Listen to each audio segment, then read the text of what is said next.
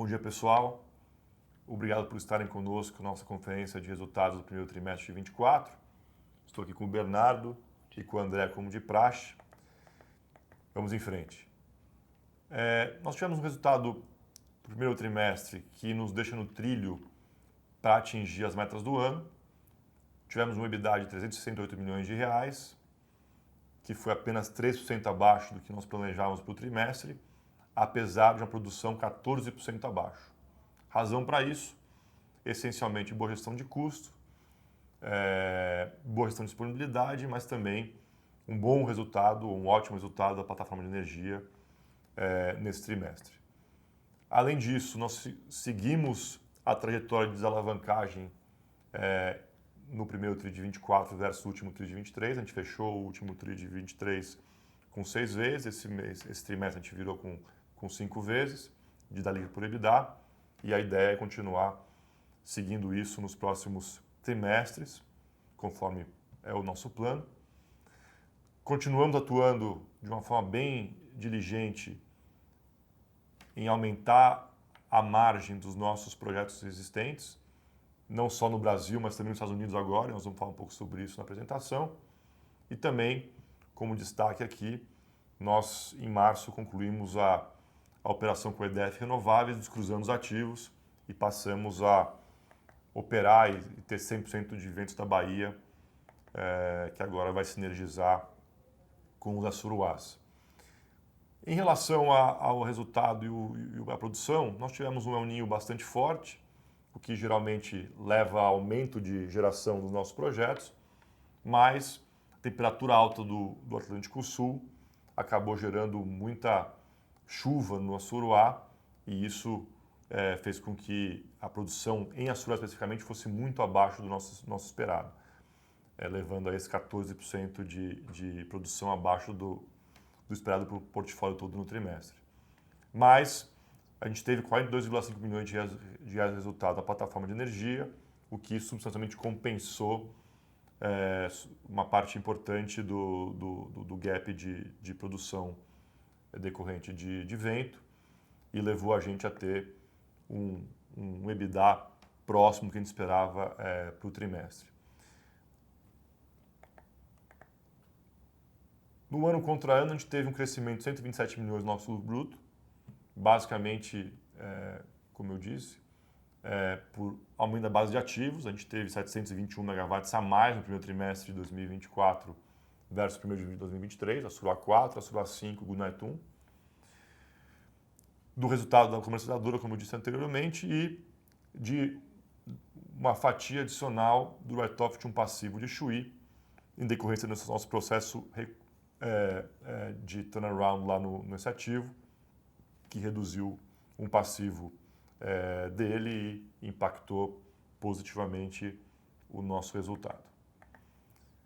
A gente continua bem contratado em termos de portfólio dos ativos da companhia, 91% de cobertura contratual inflacionada para os próximos 10 anos, então temos uma situação bem favorável em termos de exposição a preços de médio prazo, e também bastante confiantes nos resultados cada vez melhores da comercializadora, né? Com esse resultado bom que nós tivemos no trimestre, a gente atingiu 235 milhões de lucro bruto contratado na carteira, ou seja, todos esses lucros brutos que a gente vai acumulando, né, nos próximos anos vão aí entregar 235 milhões de reais de valor de cash para nós.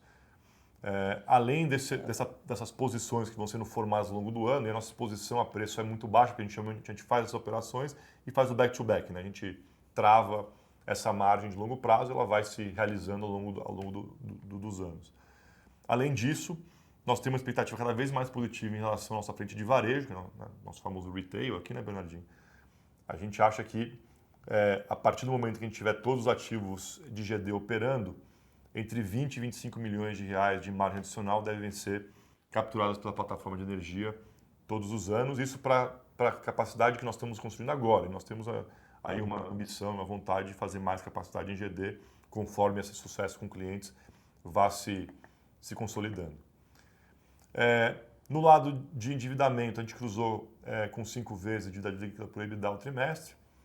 No último trimestre, a gente estava com 6 vezes, 5,4 se você considerar, né, o tax equity lá do Netum já tomado. Então, uma trajetória que continua aí na descendente. E conforme o plano de negócio, a gente conseguiu concluir o tax equity da Goldman Sachs. A gente fez no começo de janeiro, né, Andréia? Foi dia 2 de fevereiro. 2 de fevereiro. As debêntures de infraestrutura da Sula 4 e 5, 825 milhões em março, né? E desembolsamos mais 84 milhões de reais de linha de FDNE na Sula 5. Então, bem em linha com o plano, né? Trocando dívidas de curto prazo por dívidas de longo prazo, achatando a amortização da companhia, né? Conforme era o plano, e as coisas vão aí se confirmando. Nós temos cada vez mais focado o tempo em otimizar a margem, né, de ativos existentes, feito mais fácil de criar rentabilidade adicional, né, porque você não tem investimento nenhum ao fazer isso.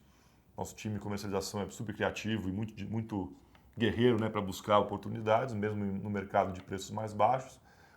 Até hoje a gente já concluiu quase $500 milhão em termos de NPV, de lucro bruto adicional nos nossos ativos operacionais, e continuamos com ideias e iniciativas bem importantes nesse sentido.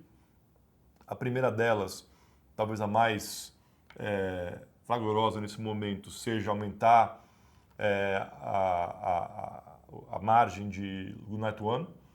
Nós temos visto os preços bastante elevados, né, nos Estados Unidos para renováveis, né, uma demanda crescente por renováveis. Então, como nós não temos ainda PPA de longo prazo lá, nenhum off-take de longo prazo lá, nós conseguimos fazer uma melhoria potencial de associação de comercialização lá, o que vai incrementar o resultado desse projeto de longo prazo. Então, estamos focados nisso.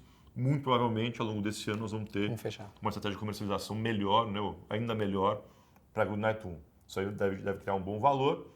Além disso, no Brasil, a gente continua prospectando clientes para buscar transações de margem melhor, com destaque para uma que nós assinamos o MOU recentemente, faz alguns dias, relacionada a 50 megawatts médios em Chuí, num contrato de mais de 10 anos, e a gente deve ter essa transação assinada aí nos próximos 90 dias.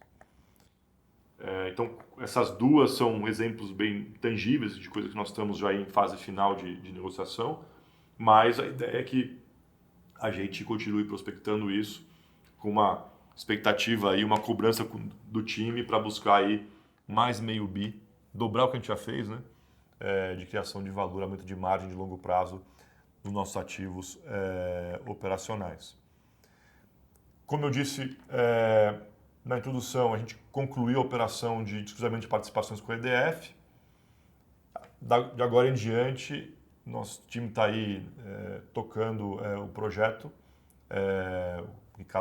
O Thiago Linhares e o time dele, com a missão de buscar sinergias com a Suruá, melhorar a estratégia comercial. Também lá em VDB a gente enxerga a possibilidade de mudar ou melhorar a estratégia comercial de forma a melhorar a margem de longo prazo e garantir eficiência operacional, né? Então, tentar sinergizar, tentar buscar, né, nossos métodos de gestão para buscar mais produtividade nesse ativo. Nosso programa de GD tem indo bem sob o ponto de vista de instalação e construção, né? Temos feito, né, a parte civil, mecânica e elétrica de forma bem estruturada e com um ritmo bastante bom.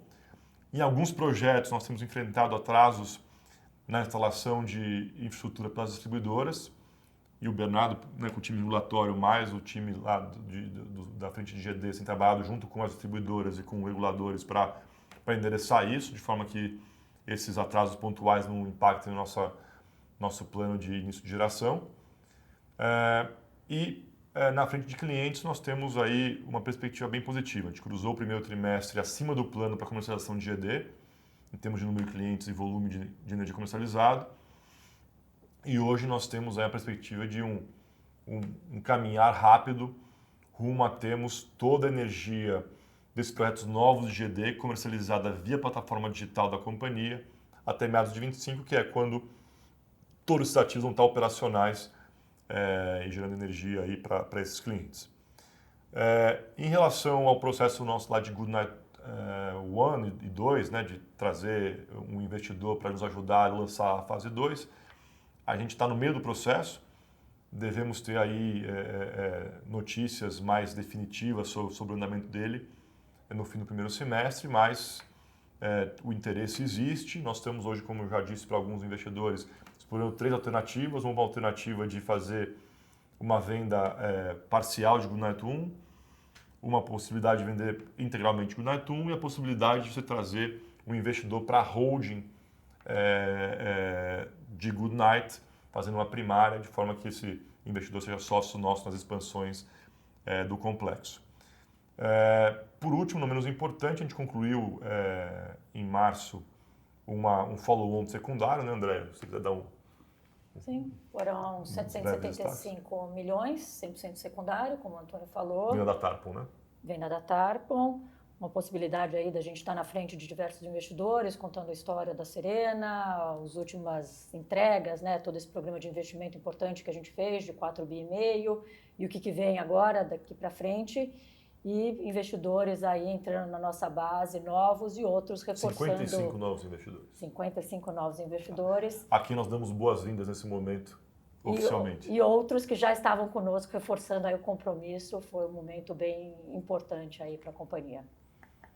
Bacana. Isso aqui é só o slide que mostra, né, o portfólio novo após a entrada de VDB integralmente, né, 100%, e a saída de Pirapora.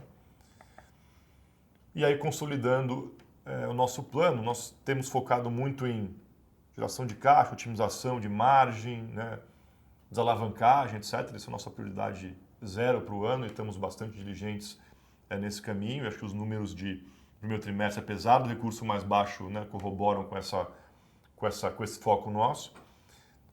Certamente a operação de trazer funding para o Goodnight vai nos dar a possibilidade de fazer uma expansão que hoje é promissor em termos de rentabilidade pela conjuntura de preço e demanda nos Estados Unidos, né? E temos trabalhado diligentemente aí para fazer as GDs iniciarem geração no prazo, em paralelo a esse avanço da frente de clientes de GD, que se mostra bastante promissor. Com tudo isso somado, a gente acredita que a gente pode chegar ao fim do ano com um resultado bastante positivo para a companhia. E aqui agora eu passo para a sessão de atualização oficial do nosso Outlook, né, André? Pelo que a gente discutiu, as perspectivas que nós temos hoje em termos de aumento de margem e de gestão de custo ainda nos mantém no centro do guidance para o ano, né? Obviamente a gente monitora isso recorrentemente, etc., mas por hora ainda a nossa perspectiva de manutenção do centro de guidance para resultado do ano. É isso? Exatamente.